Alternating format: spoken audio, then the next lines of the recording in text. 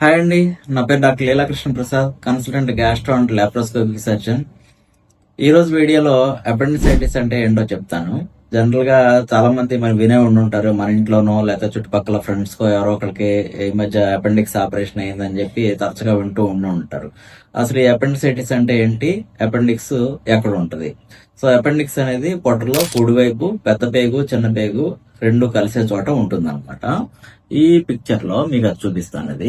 ఇది పెద్ద పేగు, ఇది పొట్ట పార్ట్. మనం అన్నవాహిక అన్నం తిన్న తర్వాత పొట్టలోకి ఎలా వెళ్ళి పేగుల ద్వారా జీర్ణం అయ్యి ఈ పెద్ద పేగులోకి ఎంటర్ అవుతుంది అనమాట. ఈ చిన్న పేగు పెద్ద పేగు జంక్షన్ దగ్గర అపెండిక్స్ అనేది ఒక వేలు రూపంలో ఉంటుంది అనమాట. సన్నగా ఇట్లా పొడవుగా ఉంటుంది. ఎప్పుడైతే దీనికి ఇన్ఫెక్షన్ వస్తుందో, ఇది కుడివైపు ఉంటుంది కాబట్టి నొప్పి కూడా మనకు కుడివైపు వస్తూ ఉంటుంది అనమాట. సో అపెండిసైటిస్ వచ్చినప్పుడు దానికి కారణాలు ఏంటి, అపెండిసైటిస్ ఎందుకు వస్తుంది? అపెండిసైటిస్ జనరల్ గా రావడానికి కారణాలకి బ్యాక్టీరియల్ ఇన్ఫెక్షన్ అనమాట. బ్యాక్టీరియల్ ఇన్ఫెక్షన్ ఆహారం ద్వారా గానీ, కంటామినేటెడ్ కలుషితమైన నీరు త్రాగడం వల్ల గానీ, కలుషితమైన ఆహారం తీసుకోవడం వల్ల పేగుల్లో ఇన్ఫెక్షన్ వచ్చి అది అపెండిక్స్ సోకడం వల్ల అపెండిక్స్ ఉబ్బిపోయి కడుపులో నొప్పి వస్తుంది. రెండోది, కొంతమంది కాన్స్టిపేషన్ అట్లా ఉన్నప్పుడు లేదా ఈ విరోచనం అనేది చిన్న చిన్న ఫీకోలిట్స్ అంటారు, చిన్న చిన్న బాల్స్ లా తయారయ్యి ఆ అపెండిక్స్ లోకి వెళ్ళి ఇరుక్కుపోతుంది అనమాట. సో అటువంటిప్పుడు ఏం జరుగుతుంది, అపెండిక్స్ లో ఉన్న జీర్ణ రసాలు గానీ మ్యూకస్ గానీ ఇందులోకి పెద్ద పేగులోకి ఎంటర్ అవ్వలేక ఉబ్బిపోద్ది అనమాట. ఉబ్బిపోయి అది పగిలిపోవడం లేదా సివియర్ గా ఇన్ఫెక్షన్ రావడం, చీమ్ పడడం అట్లాంటివి జరుగుతూ ఉంటుంది. సో అపెండిసైటిస్ వచ్చినప్పుడు లక్షణాలు ఎలా ఉంటాయి, ఏం ప్రాబ్లం ఉంటుంది? అపెండిసైటిస్ అది వచ్చినప్పుడు కడుపులో నొప్పి కుడివైపు కింది పార్ట్ లో వస్తుంది. తుంటి ఎముకకి పైన వస్తుంది, బొడ్డు కింద తుంటి ఎముక వైపు పొత్తి కడుపులో వస్తుంది అనమాట. ఇంకొంతమందిలో ఏంటంటే ఆ బొడ్డు దగ్గర నొప్పి గానీ లేదా బొడ్డుకి పైన గానీ నొప్పి వస్తూ ఉంటుంది. ఈ బొడ్డు దగ్గర నొప్పి వచ్చినప్పుడు గానీ బొడ్డుకి పైన వచ్చినప్పుడు జనరల్ గా ఏమనుకుంటారు, ఏ గ్యాస్ ట్రబుల్ వచ్చింది అని చెప్పి మందుల షాప్కి వెళ్తే మందుల షాప్ లో ఒక గ్యాస్ ట్రబుల్ పెళ్ళేస్తారు, నొప్పి పెళ్ళేస్తారు, అవి వేసుకుంటారు అనమాట. సో అది వేసుకోవడం వల్ల టెంపరీగా ఒక 3-4 గంటలు నొప్పి తగ్గుతుంది. ఒకవేళ ఇన్ఫెక్షన్ అది ఎక్కువగా ఉంటే కనుక మళ్ళీ నొప్పి స్టార్ట్ అయిపోతుంది. సో అప్పుడు డాక్టర్ గారి దగ్గరికి వెళ్ళినప్పుడు స్కాన్ చేయించుకున్నప్పుడే ఇది బయటపడుతుంది.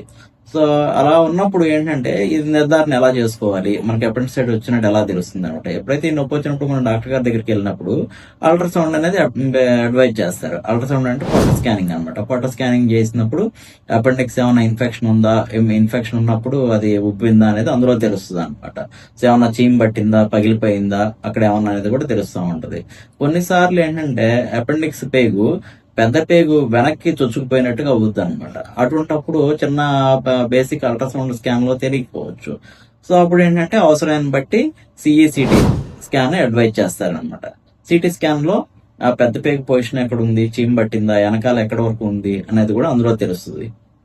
సరే, వన్స్ ఒకసారి అపెండిసైటిస్ అనేది కన్ఫర్మ్ అయింది. కన్ఫర్మ్ అయినప్పుడు నేను నెక్స్ట్ ఎలాంటి వైద్యం తీసుకోవాలి?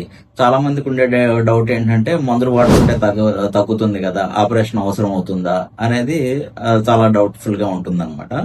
సో ఎప్పుడైతే మైల్డ్ ఇన్ఫెక్షన్ అంటే ఏదో కొద్దిగా నొప్పి వచ్చి రానట్టుగా ఉండి స్కాన్ లో కొంచెం ఉప్పిందా లేదా అన్నట్టుగా ఉన్న వాళ్ళకే మందులు పనిచేస్తాయి.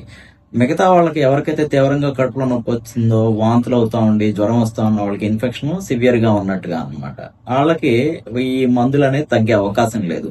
మందులు వాడుతూ ఉండటం వల్ల ఇంకా కాంప్లికేషన్స్ అనేవి పెరుగుతాయి. కాంప్లికేషన్స్ అంటే ఏంటి, ఈ మాస్ ఫామ్ అవడం గానీ, అపెండిక్స్ బర్స్ట్ అవడం గానీ, బర్స్ట్ అయిపోయి చీమ్ పట్టడం గానీ జరుగుతుంది అనమాట. సో వీళ్ళలో ఖచ్చితంగా ఆపరేషన్ అనేది చేయాల్సి ఉంటుంది.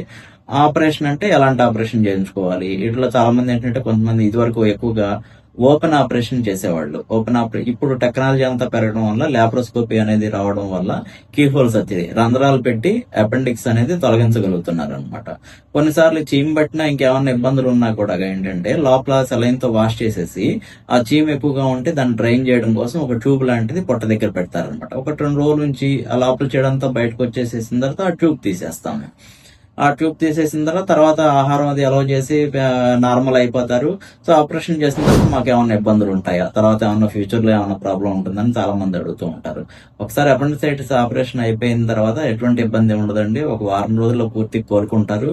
తర్వాత మన రొటీన్ లైఫ్ స్టైల్ అన్ని కంటిన్యూ చేయొచ్చు. వర్క్ చేసుకునే వాళ్ళు వర్క్ చేసుకోవచ్చు, స్టూడెంట్స్ కానీ కాలేజీకి వెళ్ళే వాళ్ళు అన్ని నార్మల్ గానే వెళ్ళొచ్చు. ఆహారం కూడా మామూలుగానే తీసుకోవచ్చు, ఎలాంటి ఇబ్బంది ఉండదు.